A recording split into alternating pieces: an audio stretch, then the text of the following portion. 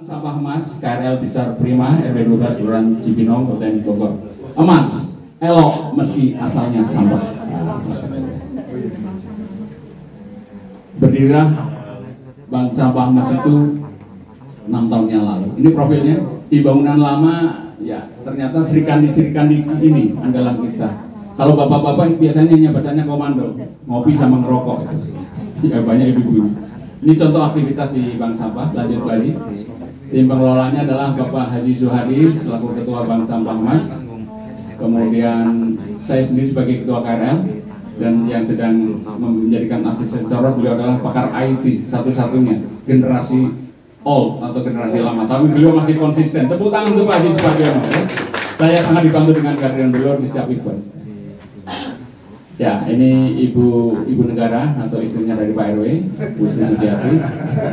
Kenapa saya sebutkan ibu negara? Ini kontribusi sampahnya paling banyak, karena setiap Jumat mengantar suaminya ke kantor itu sampah kementerian itu pulang minimal 3 kuintal itu masuk mobil. Jadi ini kontributor utama. Jadi nggak apa-apa dibuka sedikit lah, ini bukan rahasia. Ini saya sendiri Ketua KRL, Pak Haji Suhadi. Bapak lihat tadi ya, Haji dan Hajah, saya yang belum haji Pak, doakan Pak semoga. Amin. Ya, insya Allah lanjut Haji. Lanjut, masih muda Pak. Ini data-data ketika kita hari Sabtu, kita awali biasanya halo-halo di masjid oleh merpot itu yang dari kiri. Assalamualaikum warahmatullahi wabarakatuh, Bapak Ibu warga RW 12 km. Hari ini ada penimbangan sampah. Siapkan sampah di depan rumah masing-masing. Nanti baktor akan keliling. Mereka sudah ada ditulis di situ. Tohir, kardus misalkan. Kalau saya banyaknya kertas ulangan Pak biasanya dari sekolah. Ya di sekolah tuh udah saya pesen sama penjaga sekolah. Saya jual nanti bagi 2 ya. Gitu. Udah dikoreksi Bu, udah dikoreksi. Ya bisa lah. Ya ada nilainya. Nanti kalau ibunya beli di tukang sayur ketemu, wah ini ujian anak saya. Ya ini aktivitasnya. Hadiah faktor ketika kita menjadi best effort, alhamdulillah sangat amat bermanfaat ini. Operasional faktor ini, solarnya dan sebagainya, termasuk honor drivernya ditanggung dengan dana operasional sampah. Nanti belajar lagi akuntansinya ke Pak Haji Imam, paham ya. Lanjut. Masya Allah. Inspektorat Pak, dia bisa nyari celah-celah di mana ada uang mandek. Ini Bapak saya sampaikan, ini yang mobil putih itu mau weekend Pak, mau ke puncak kemana, tapi karena pos bank sampah lama itu ada di depan gerbang, jadi mereka berhenti sebentar, mengurangi muatannya, ya, termasuk yang pakai motor. Nah, ini antusias sekali mereka menimbang sampah. Lanjut. Ini serikandi yang memilah sampah. Alasannya kenapa sampah dipilah? Karena ada selisih harga. Ketika mereka masuk botol kotor, harganya adalah misalkan 1.000 per kilo, tapi kalau sudah dipilah, sudah dilepas labelnya menjadi 2.500. Selisih nilai ekonomis ini yang menjadi keuntungan dari bank sampah. Belum besi-besi dan barang sampah yang lain. Tapi kami tidak menerima sampah mantan Bu ya, nggak ada. Mantan kami nggak kita terima. Jadi sampah barang aja Pak ya. Kalau mantan kembalikan ke temannya.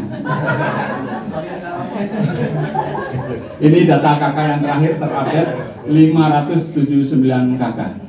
Tapi belum mencapai angka 50% Bapak Ibu sekalian yang jadi anggota, jadi member. Karena ya kita berdoa semoga suatu saat Allah akan mengetuk pintu hatinya. Amin ya rabbal alamin. Lanjut Pak Haji. Ini produktivitas kita yang cukup agak menggiurkan dari tahun ke tahun. Laporan dengan sampah di tahun 2017 kita mendapatkan 2 ton 633 kilo, dikonversikan ke rupiah menjadi 5.189.000. 5 juta di tahun pertama. Dan berikutnya di tahun 2018 sudah meningkat lagi menjadi 15 juta. Ini berkat OBL. Ibu tahu singkatannya OBL? OBL adalah orang-orang di bawah lampu yang ketika malam dia resah dan bisa, sehingga mereka berkumpul di bawah lampu, cukup dipancing dengan kopi dan rokok, lah mereka lah kita gerakan. Ini pakai ilmu intelijennya Pak Haji Imam ini, bagaimana mengkondisikan situasi begitu. Ya, pakai ilmunya intelijen yang seperti ini. Pak Ronald boleh belajar nanti dengan saya. Sehingga lonjakan di 2019 sampai 32 juta itu totalnya, dengan tonasenya 16 ton 972,30, karena timbangan kami memakai digital Pak, jadi sampai sepersekian kilo masih akan muncul. Lanjut. Di tahun berikutnya kita ada di angka 14, ini menurun awal dari COVID, dan yang berbicara di depan adalah korban kedua COVID, Pak. Jadi tenang aja lah, nggak akan nyebar sekarang.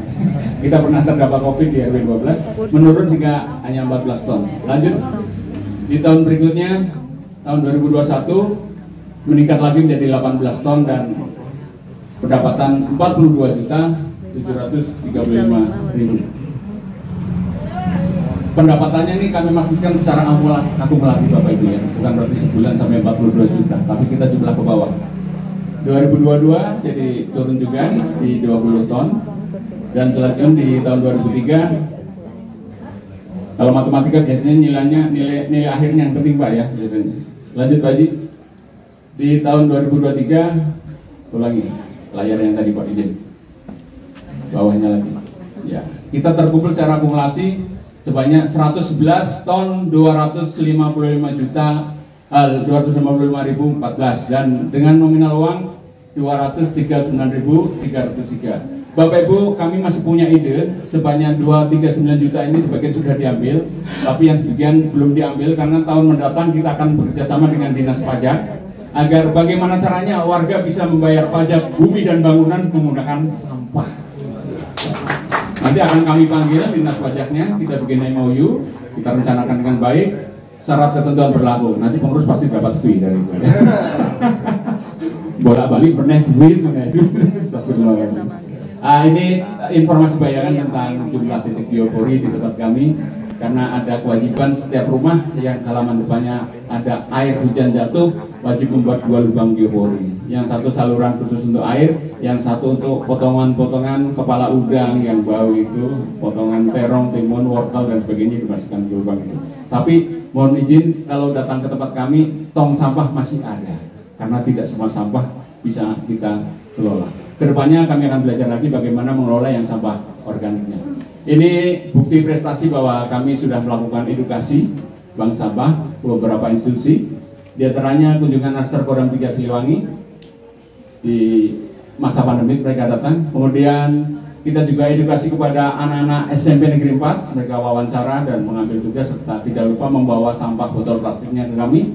Dan sampai hari ini untuk sekolah-sekolah di sekitar Kecamatan Cipinong masih ada yang bekerja sama dengan kami, termasuk RW-RW di luar RW 12 juga mereka menimbangkan sampah di tempat kami dan dibayar secara cash. Demikian bagi pada hari ini, itu yang bisa kami lakukan.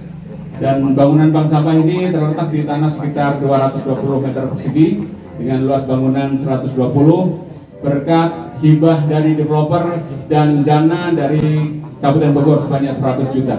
Jadi satu-satunya bank sampah yang difasilitasi oleh DLH, Ibu Nur, terima kasih sekali lagi, adalah di bank sampah tempat kami. Saya Asmaul Sefu, pejabat Bupati Bogor.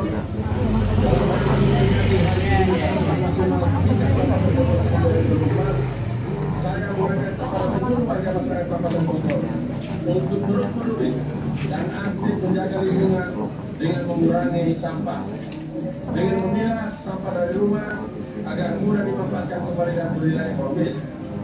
Karena pengelolaan sampah adalah merupakan tanggung jawab kita bersama. Langkah-langkah terhadap lingkungan adalah dengan memulainya dari diri kita sendiri.